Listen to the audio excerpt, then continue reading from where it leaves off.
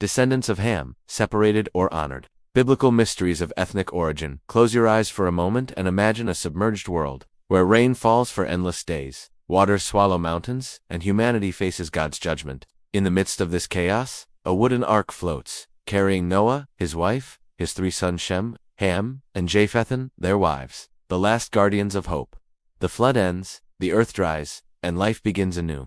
Noah, a righteous man, plants a vineyard, harvests grapes, makes wine, and one fateful night, drinks too much, collapsing naked inside his tent. His son Ham enters, sees his father's nakedness, and runs to tell his brothers, Shem and Japheth. They carefully grab a cloak, walk backward, and cover Noah, not daring to look. When Noah awakens, his fury explodes, but not against Ham. He curses Canaan, Ham's son, saying, "Cursed be Canaan, a servant of servants shall he be to his brothers. Blessed be Shem, may Canaan serve him. May Japheth expand, but may Canaan also be his servant." This story, hidden in the pages of Genesis, chapter 9, verses 18 to 27, is a mystery that has echoed for millennia, a flame that has lit altars and ignited divisions. Some have used it to justify horrors like slavery, pointing to Ham's descendants as cursed to be servants, bound to African or dark-skinned peoples. But does the Bible really say this? Are Ham's descendants separated, condemned forever? Or is there honor, glory, and deeper secrets in this lineage? Let us embark on this journey, as fearless explorers, unearthing ancient truths, and confronting myths that still haunt the present. Consider the post-flood scenario. The earth is a vast desert of possibilities, and Noah, the patriarch, is the first to cultivate the land, a symbol of rebirth. He plants a vineyard, a sign of new life, but the wine betrays him, exposing his human weakness. Naked in the tent, he is vulnerable, and Ham, upon seeing this, makes a choice. What exactly did he do? The Bible doesn't detail, but the text suggests disrespect. In Hebrew culture, a father's nakedness was a profound shame, something to be protected, not exposed. Ham tells his brothers, perhaps laughing, perhaps shocked, but Shem and Japheth act differently, with honor. They cover their father, preserving his dignity. Noah, upon learning, casts the curse. But here lies the first great mystery. Why Canaan, and not Ham? Perhaps Canaan was involved, a silent accomplice. Perhaps the curse is a prophecy, pointing to the future, when the Canaanites, descendants of Canaan, would be conquered by the Israelites, descendants of Shem. In the book of Joshua, this happens. The land of Canaan is taken, and some become slaves.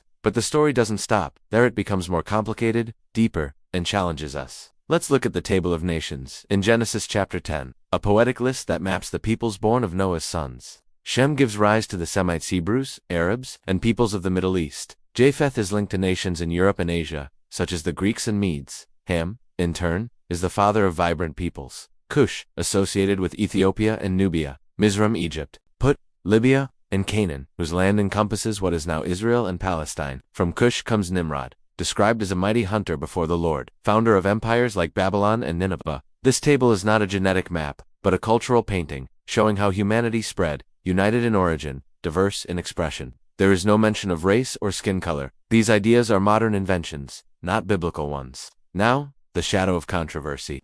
Around the 15th century, when Portuguese explorers began enslaving Africans, they needed a moral justification. Ham's story was distorted, transformed into the doctrine of Ham, which claimed that his descendants associated with African peoples were cursed to be servants. In the 19th century United States, Southern preachers brandished this idea to defend slavery. Books like The Negro, What is His Ethnological Status?, published in 1867, claimed that dark skin was a mark of Ham. This lie spread like poison, fueling apartheid in South Africa and segregationist laws.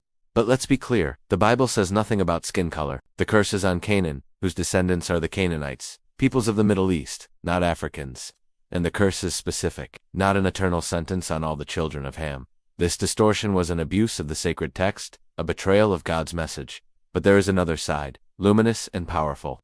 Ham's descendants shine in so many biblical stories that it is impossible to ignore their honor. Egypt. Mizraim is a giant in the Bible. It welcomes Abraham in times of famine, elevates Joseph to governor, and saves baby Moses from the waters of the Nile. The Queen of Sheba, possibly an Ethiopian, daughter of Cush, arrives in Jerusalem with gold and wisdom, impressing Solomon. Simon of Cyrene from Libya, a descendant of Put, carries the cross of Jesus, a moment of eternal glory. In the genealogy of Jesus, in Matthew chapter 1, Rahab a Canaanite, and Ruth, indirectly linked to the Canaanites, are ancestors of the Messiah, and the Ethiopian eunuch, in Acts chapter 8, reads Isaiah and is baptized by Philip, becoming one of the first Gentile Christians.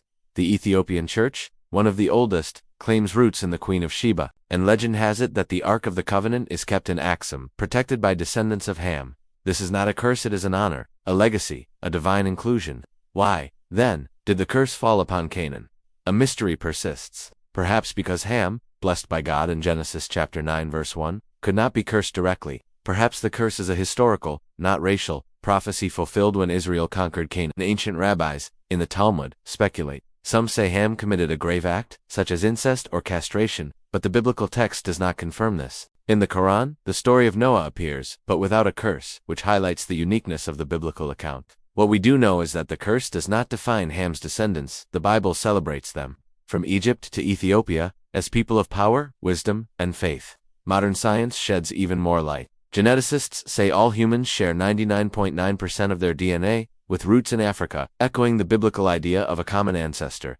Adam, the Table of Nations is not about genetics, but about culture, language, and territory. Archaeologists find evidence of powerful empires, such as the Kushite, who dominated Egypt in the 25th dynasty, with kings like Taharka, mentioned in 2 Kings, chapter 19. The Bible is not a book of science, but of theology, and its message is clear. In Acts chapter 17 verse 26, Paul says that God made all peoples from one blood. There is no room for racism. This history, however, was used to divide. During slavery, African slaves in the United States saw themselves like the Hebrews in Egypt, ironically, descendants of Ham, chanting "Go down, Moses," and dreaming of freedom. Frederick Douglass, with his thunderous voice, debunked the doctrine of Ham, saying, "The curse is on not Ham, and it has already been fulfilled." In the 20th century, Martin Luther King Jr. quoted Amos, chapter 9 verse 7, where God equates Ethiopians and Israelites.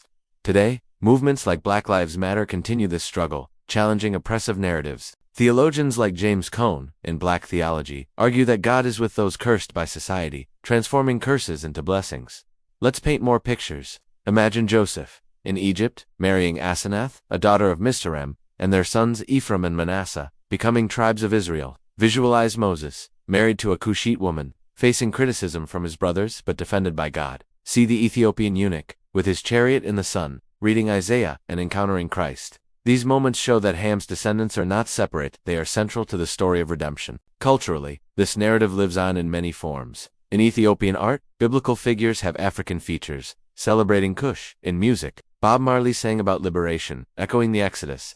In films like Noah, Ham is a complex character, full of humanity. In literature, books like David Goldenberg's The Curse of Ham deconstruct racist myths, showing that Ham means hot or dark in Hebrew, without racial connotations. Socially, this story challenges us. Teaching the Bible without bias heals wounds. Economically, African nations, symbolic heirs of Ham, bring innovation. Coffee was born in Ethiopia. Politically, leaders like Nelson Mandela have proven that servitude is a lie.